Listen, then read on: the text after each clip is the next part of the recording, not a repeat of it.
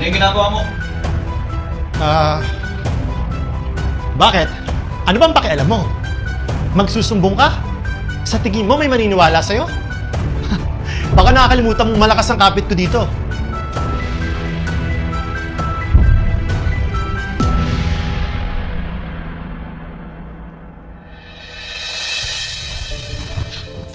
Pre, makita ko si Rico.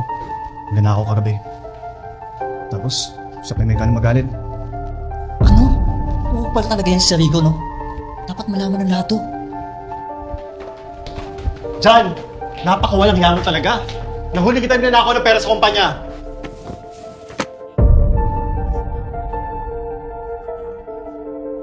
Andiyan sa bag, oh! Ano yan?